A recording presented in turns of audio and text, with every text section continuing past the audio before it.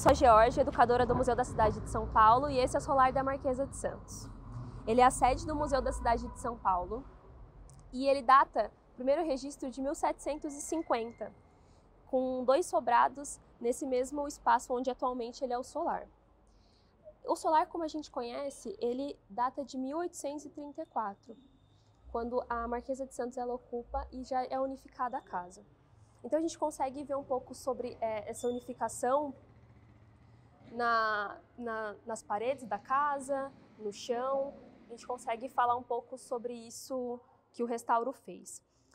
Fora a Marquesa de Santos, a gente tem outras ocupações, como os bispos da Mitra Diocesana de São Paulo, que eles chegam em 1880. Depois, em 1909, a gente tem uma companhia de gás que atualmente ela chama Comgás, mas é a de São Paulo Gas Company, que também faz diversas alterações. Então, nessa sala, a gente consegue ver essa passagem do tempo pela parede de taipa, depois a parede de adobe e depois a parede de alvenaria de tijolo e, posteriormente, concreto armado. Também a gente consegue ver essas escavações arqueológicas que foram feitas tanto aqui no solar, quanto no Beco do Pinto e na Casa da Imagem. Essa arqueologia é muito importante para a gente poder saber quem passou por aqui, como funciona. A gente já vai ver um pouco mais para frente. Falando um pouco mais sobre essas ocupações, a gente consegue ver esse térreo, que ele foi bem modificado por essa última ocupação da companhia de gás. Por exemplo, nessas colunas.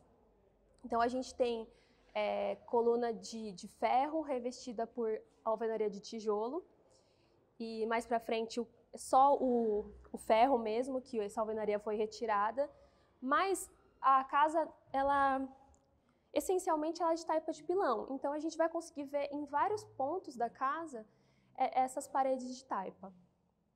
Mas esse térreo ele é modificado, então, como eu tinha dito no chão, a gente consegue ver essas marcações que o restauro fez de separações de espaços, de cômodos, né? Porque aqui esse térreo ele era uma área de serviço. Ou, como a gente gosta de falar, uma senzala, porque era onde ficavam os escravos, os animais e a cozinha. Então, a gente consegue ver mais um pouco de uma parede de taipa. Todas essas paredes estruturais, elas são de taipa de pilão. As outras, elas são todas posteriores.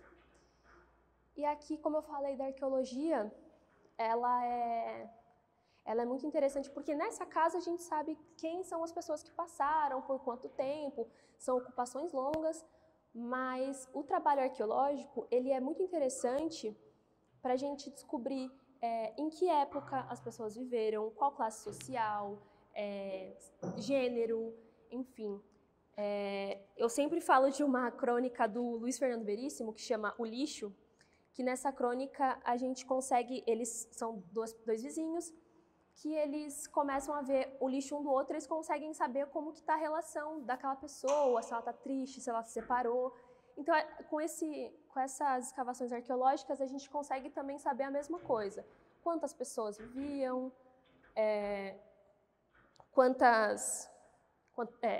qual gênero, qual classe social, principalmente a classe social, porque a gente tem artefatos que são de determinada classe. E aí a gente vai se encaminhar para o piso superior e lá a gente consegue ver primeiro essa classe que ocupava, né, então, a alta sociedade do século XIX e essa mudança que não aconteceu, né, de restauro, de derrubada de parede, porque lá em cima, quando a companhia de gás ela ocupou aqui, ela usou essa parte de cima como administrativo.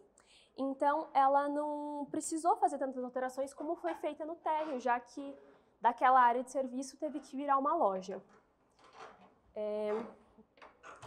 Então, aqui em cima a gente consegue ver como ela teve várias ocupações. Ela foi primeiro casa, depois ela foi essa parte da igreja, e depois a área administrativa, para posteriormente virar Museu da Cidade de São Paulo, isso já no final do século XX, né? Lá para a década de 70. Então a gente consegue ver um pouco como eram esses cômodos. E é difícil a gente dizer quais eram esses usos da casa, porque é muito diferente do que a gente tem hoje e tamanho também. Porque hoje a gente tem, por exemplo, quartos enormes, enfim, cada filho num quarto, cada pessoa num quarto, e naquela época a gente tinha um para todo mundo, que era o mais importante.